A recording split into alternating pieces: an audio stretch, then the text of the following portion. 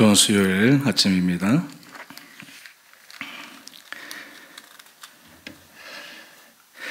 다 함께 찬송가 212장 찬양하겠습니다.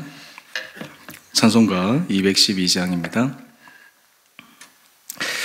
겸손히 주를 섬길 때 괴로운 일이 많으나 구주여 내게 힘 주사 잘 감당하게 하소서. 인자말을 가지고 사람을 감화시키며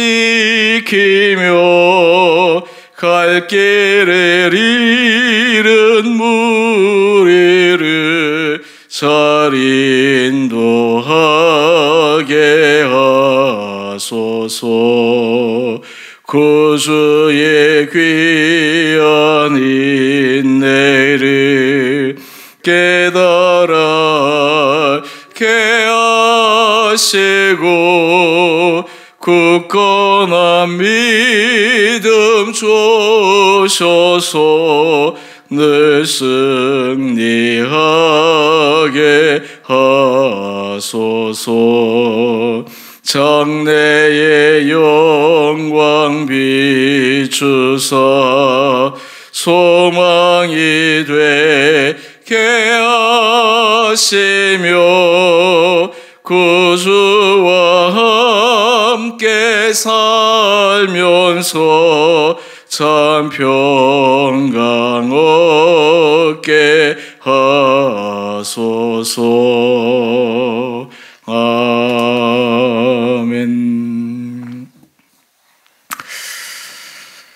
오늘 말씀 요한복음 13장 31절에서 38절까지입니다. 그가 나간 후에 예수께서 이르시되 지금 인자가 영광을 받았고 하나님도 인자로 말미암아 영광을 받으셨도다. 만일 하나님이 그로 말미암아 영광을 받으셨으면 하나님도 자기로 말미암아 그에게 영광을 주시리니 곧 주시리라. 작은 자들아, 내가 아직 잠시 너희와 함께 있겠노라. 내가 나를 찾을 것이나 일찍이 내가 유대인들에게 너희는 내가 가는 곳에 올 수 없다고 말한 것과 같이 지금 너희에게도 이르노라. 새 계명을 너희에게 주노니 서로 사랑하라. 내가 너희를 사랑한 것 같이 너희도 서로 사랑하라. 내가 서로 사랑하면 이로써 모든 사람이 너희가 내 제자인 줄 알리라. 시몬 베드로가 이르되 주여 어디로 가시나이까? 예수께서 대답하시되 내가 가는 곳에 내가 지금은 따라올 수 없으나 후에는 따라오리라. 베드로가 이르되 주여 내가 지금은 어찌하여 따라갈 수 없나이까? 주를 위하여 내 목숨을 버리겠나이다. 예수께서 대답하시되 내가 나를 위하여 내 목숨을 버리겠느냐? 내가 진실로 진실로 내게 이르노니 닭 울기 전에 내가 3번 나를 부인하리라. 아멘. 좋은 수요일 아침입니다. 예수님께서 마지막 십자가 길을 걸어가시는 장면들을 묵상할 때마다 한편 우리의 마음은 무겁고 또 다른 한편은 이 힘들고 어려운 길을 우리를 위해 걸어가신 예수 그리스도로 인해 새로운 소망을 가지게 됩니다. 십자가는 참 우리에게 상징하는 바가 큽니다. 그 자체는 사람들에게 소망이 아니라 절망을 주는 상징입니다. 왜냐하면 십자가는 바로 사람이 죽는 처형의 그 틀을 상징하는 것입니다. 그것은 사람들에게 깊은 상처의 트라우마, 절망의 트라우마를 불러낼 수 있는 것입니다. 그런데 놀라운 것은 그 절망의 트라우마의 상징일 수 있는 십자가가 예수 그리스도로 말미암아 소망의 상징, 희망의 상징, 새로움의 상징으로 변화될 수 있다라고 하는 것입니다. 이러한 것이 어떻게 이루어질 수 있고 변화될 수 있는가? 오늘 그 과정을 걸어가기 위해 예수님께서 제자들에게 주신 말씀을 함께 묵상하기를 원합니다. 31절 말씀을 보면 우리가 어제 묵상했던 것처럼 예수님께서 가룟 유다에게 조각떡을 나눠주실 때 그에게 사탄이 들어갑니다. 그리고 가룟 유다는 예수님을 팔기로 생각한 것을 행동으로 옮기게 됩니다. 실제 가룟 유다가 그 일을 하였지만 우리는 이것은 바로 사탄의 계획이요, 그리고 사탄의 교묘한 술책이라고 하는 것을 분명히 알 수 있습니다. 가룟 유다의 그 마음의 중심이 정말 주님을 사랑하고 하나님의 뜻 안에 서기를 결심하지 않았던들 어떻게 그 제자의 길을 3년여간 걸어올 수 있었겠습니까? 하지만 그의 마음에 사탄이 틈타 들어가 그가 사탄의 도구로 쓰임받게 된 것입니다. 여러분, 이것은 참 안타까운 일이 아닙니까? 너무나 비참한 일이 아닙니까? 그런데 오늘 본문 말씀을 한번 보십시오. 31절 말씀을 보면 예수님께서 가룟 유다가 나가시고 이제 되어질 일을 분명히 아셨습니다. 참으로 가슴 아픈 일이 일어날 것인데 예수님께서 의외의 말씀을 하십니다. 지금 인자가 영광을 받았고 하나님도 인자로 말미암아 영광을 받으셨도다. 여러분, 우리는 하나님 앞에 영광을 올려드린다 할 때 우리의 기본 개념은 우리가 생각하는 잘 되는 것, 우리가 생각하는 좋은 것, 또 사람들이 부러워할 만한 것, 그런 것들이 하나님께 영광을 올려드릴 수 있다라고 생각하는 경향이 있습니다. 그런데 그것은 하나님께 영광을 올려드리는 방법에 있어서의 전체가 아니라 한 부분입니다. 오늘 지금 예수님께서는 가룟 유다를 통해서 이제 십자가를 지시게 됩니다.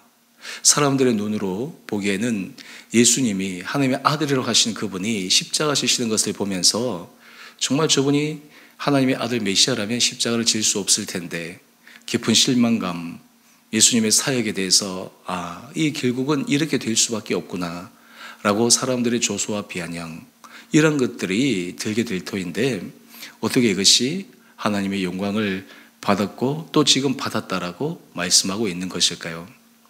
지금 예수님께서 하신 것은 당장 현재 시점만을 가지고 말씀하신 것이 아닙니다.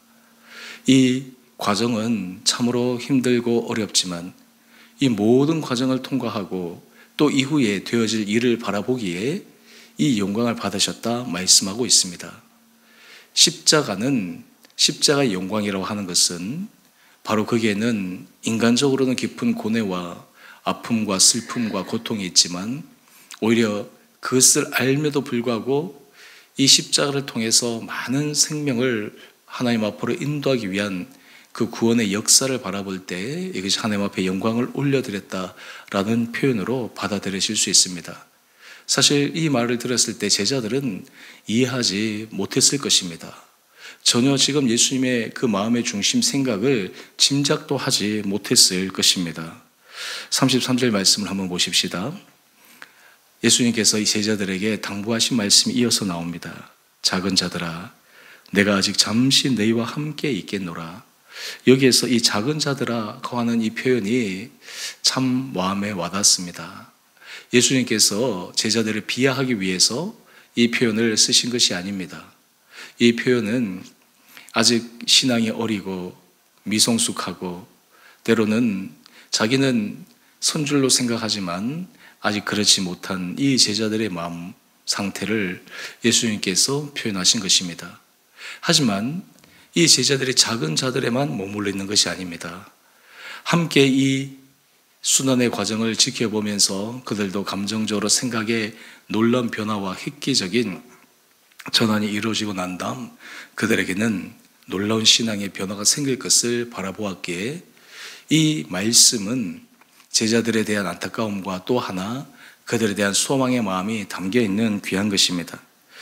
먼저 우리 다음 말씀을 묵상하기 전에 우리 시몬 베드로의 모습을 함께 보십시다. 우리 36절의 말씀을 보면 시몬 베드로는 이 모든 상황을 지금 파악하지 못하고 있습니다. 주여, 어디로 가시나이까? 예수님께서 내가 가는 곳에 내가 지금은 따라할 수 없으나 후에는 따라 오리라. 이 말을 제자 베드로가 언제 이해하게 되었을까요? 아마 부활하신 예수님을 만난 이후에 사도 베드로가 그가 사도로서 주의 복음을 전하는 그 일에 많은 박해와 고난을 받고 그도 순교 현장에 섰을 때 이 예수님의 말씀이 그에게 와닿지 않았을까요? 근데 지금 베드로는 알지 못한 채 그저 지금 현재 상태로 마음만을 표현하고 있습니다. 37절 말씀입니다. 주를 위하여 내 목숨을 버리겠나이다. 여러분, 이 베드로의 말이 거짓이겠습니까? 아닙니다. 당시 베드로의 마음은 사실일 것입니다. 하지만 베드로는 자신이 하는 이 말의 의미를 그 스스로도 알 수가 없었습니다. 이런 베드로를 향해서 예수님께서 38절 말씀인데요, 칭찬하시는 게 좋지 않겠습니까? 네 마음이 갸륵하다, 참 훌륭하다, 힘들지만 그 길을 따라오도록 하는 너의 중심이 잘 이루어졌으면 좋겠다, 이렇게 격려하는 것이 아니라 정말 베드로 입장에서는 너무나 어이없는 말을 듣습니다. 바로 그 말은 38절인데요. 내가 나를 위하여 내 목숨을 버리겠느냐? 내가 진실로 진실로 내게 이르노니 닭 울기 전에 내가 3번 나를 부인하리라. 여러분, 베드로 입장에서는 예수님의 이 말씀이 얼마나 섭섭하게 다가오겠습니까? 아니, 예수님 어떻게 내 마음을 이렇게 몰라주십니까? 내가 주를 위하여 내 목숨을 버리겠다고 하는 내 말의 진정성이 느껴지지 않습니까? 항변할지도 모릅니다. 어쩌면 예수님의 이 말씀에 베드로가 인간적으로 보면 상처를 받을 수도 있을 것입니다. 3년 동안이나 저를 지켜보시고 3년 동안이나 제 모습을 보셨을 테인데 어떻게 저에게 이렇게 심한 말을 하십니까? 라고 베드로가 생각할 수 있지 않겠습니까?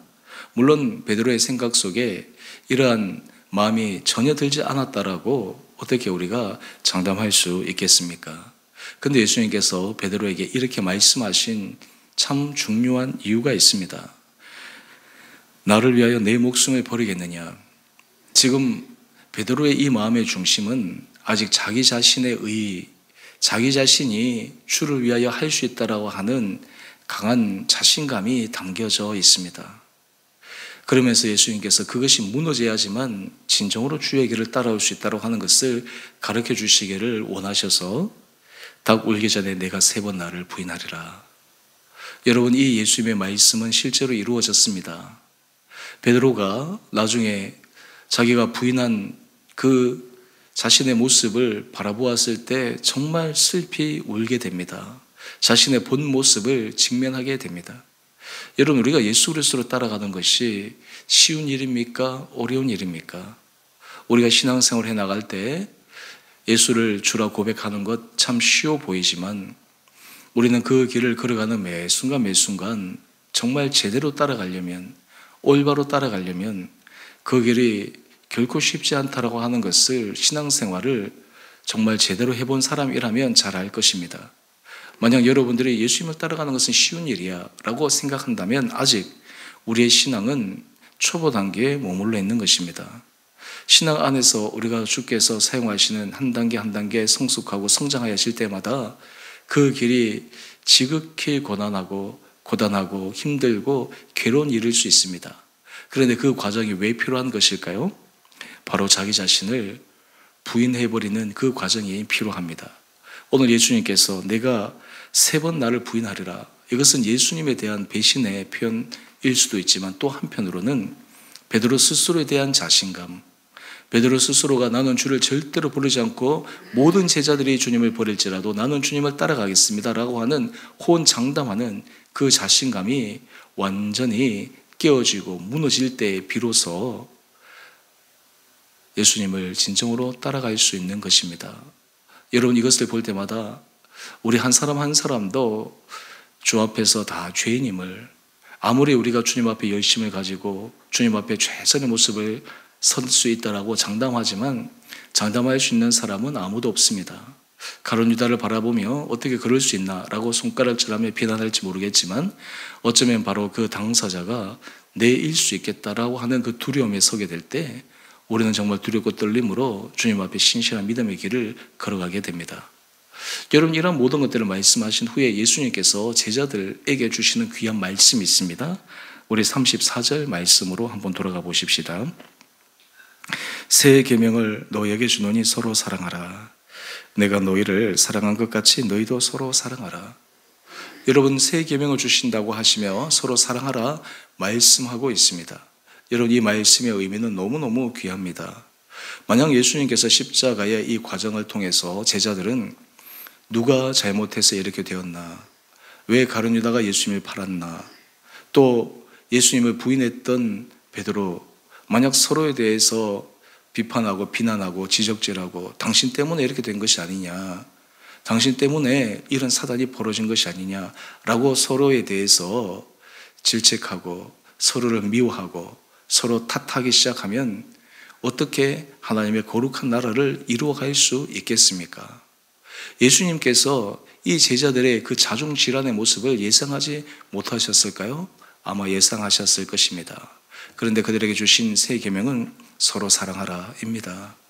이것은 인간의 힘으로 막을 수도 없는 것이요, 인간의 실수로 인해서 생겨난 것도 아니요, 결국 하나님의 큰 섭리 아래 이루어진 것이기에 정말 예수님을 따라온 제자들, 또 그 후에 따라올 제자들, 그들에게 주신 서로 사랑하라, 서로 연약함에도 불구하고 서로 죄인임에도 불구하고 감싸 안고 격려하고 힘을 내어서 갈 수 있도록 하여 주시는 이 말씀이 참으로 귀한 것입니다. 사실 이 말씀을 통해서 베드로도 제자들에게 받아들여지지 않았을까요? 베드로가 수제자인데 그 수제자인 베드로가 예수님을 3번이나 저주하며 부인했다라고 하는 그 사실이 베드로의 그 사도성에 대해서 얼마나 큰 흠집이 날 수 있는 사건이겠습니까? 하지만 사랑으로 그런 모든 흠결이 덮어지는 것입니다. 이어서 예수님께서 말씀하십니다. 35절입니다. 너희가 서로 사랑하면 이로써 모든 사람이 너희가 내 제자인 줄 알리라. 여러분, 우리 마음에 드는 사람, 우리가 좋아하는 것, 이럴 때 사랑하는 것 참 쉽습니다. 그런데 우리가 받아들이기 어렵고 품기 어렵고 때로는 이해하기 어려운 대상을 향해서 진정으로 사랑의 마음으로 나가는 것, 참 이것은 많은 인내가 필요하고 때로는 주님의 주시는 은혜가 필요합니다. 다르게 얘기하면 서로 사랑하라고 하는 이 계명은 우리 인간의 힘으로는 참 지키기가 어려운 계명입니다. 나는 할 수 있다라고 생각한다면 아직 본인의 그 부분에 대해서 너무 과신한다든지 과대평가할 수 있을 것입니다. 서로 사랑하라고 하는 것은 전적인 주님의 은혜 아래 있을 때만 가능한 것입니다. 초대교회 공동체가 그 숱한 핍박과 박해 속에서 이겨낼 수 있었던 원동력은 무엇입니까? 서로 사랑하는 그 말씀이 그들 가운데 작용하고 있었기 때문에 그 내부가 붕괴되지 않았을 것입니다. 외부로 인해서 붕괴되는 것이 아닙니다. 외부의 적에 의해서 공동체가 무너지는 것이 아닙니다. 결국 내부의 적, 서로에 대해서 남 탓, 내 탓, 그로 인해서 서로에 대한 상처를 주고 그로 인해서 그 내부가 무너지면 결국에는 하나님의 나라를 이루어가는 큰 실수를 하게 되는 것입니다. 오늘 우리가 이 말씀 서로 사랑하라, 우리가 주님 앞에 이 은혜를 구하는 이 아침 될 수 있게 되기를 원합니다. 여러분, 우리가 마음속에 정말 서로 사랑하기 어려운 그 대상을 향해서 사랑하기를 주님 앞에 구하는 것, 이것은 정말 주님의 은혜 아래에 있을 때만 전적으로 가능한 것이요, 우리 마음을 변화시켜 주신 주님 안에서만 이 일이 구체적으로 실행적으로 드러날 수 있을 것입니다. 저는 우리 주원의 교회 가운데 정말 이런 은혜가 있게 되기를 원합니다. 특히 우리 교회 공동체 안에 주여 주시는 은혜로 말미암아서 서로와 서로에 대해서 정말 주여 주시는 마음으로 정말 주님의 마음을 기쁘시게 드리기 위한 귀한 걸음걸음들로 주여 주신 이 계명을 지켜나갈 때 35절 마지막 말씀처럼 모든 사람이 너희가 내 제자인 줄 알리라. 정말 주의 나라와 그리고 주의 복음이 전파되는데 우리 교회가, 우리 온 성도들의 쓰임받게 되기를 주님 이름으로 축원드립니다. 함께 기도하겠습니다. 사랑의 주님, 오늘 이 아침 주의 말씀을 묵상합니다. 도저히 사랑할 수 없고 용납할 수 없는 상황에서도 예수님께서는 제자들을 이해하시고 사랑하시고 끝까지 지켜주셨던 주님의 사랑, 아버지, 우리가 그 사랑을 기억할 때 우리도 또한 주님의 말씀처럼 진정한 서로 사랑의 길을 걸어갈 수 있도록 저희에게 은혜를 허락하여 주시옵소서. 주 앞에 사랑받을 만한 자격이 없는 죄인임에도 불구하고 우리를 사랑해 주신 그 사랑으로 말미암아 우리도 이 사랑의 길을 걸어가 우리에게 맡겨진 귀한 주의 몸된 공동체 안에서 서로 사랑함으로 이 공동체를 세워나가는 한 분 한 분들 되게 하여 주시고, 그를 통해서 우리를 통해 정말 주님의 영광, 많은 사람들이 서로 사랑하는 모습을 통해 주님의 거룩함이 이루어지는 모습을 통해 그들의 삶도 변화되는 축복을 허락하여 주시옵소서. 오늘 한 날 하루 삶도 저에게 은혜를 도와여 주시고, 오늘 저녁에 있는 수요예배 또 권사회 기도회 모든 모임마다 주 성령께서 친히 주장하여 주시기를 우리 사랑하신 예수님 이름으로 감사 기도 드리옵나이다. 아멘. 하늘에 계신 우리 아버지, 아버지의 이름을 거룩하게 하시며 아버지의 나라가 오게 하시며 아버지의 뜻이 하늘에서와 같이 땅에서도 이루어지게 하소서. 오늘 우리에게 일용할 양식을 주시고 우리가 우리에게 잘못한 사람을 용서하여 준 것 같이 우리의 죄를 용서하여 주시고 우리의 시험에 빠지지 않게 하시고 악에서 구하소서. 나라와 권능과 영광이 영원히 아버지의 것입니다. 아멘. 오늘도 믿음 안에서 승리하시는 복된 하루 되시기를 바랍니다.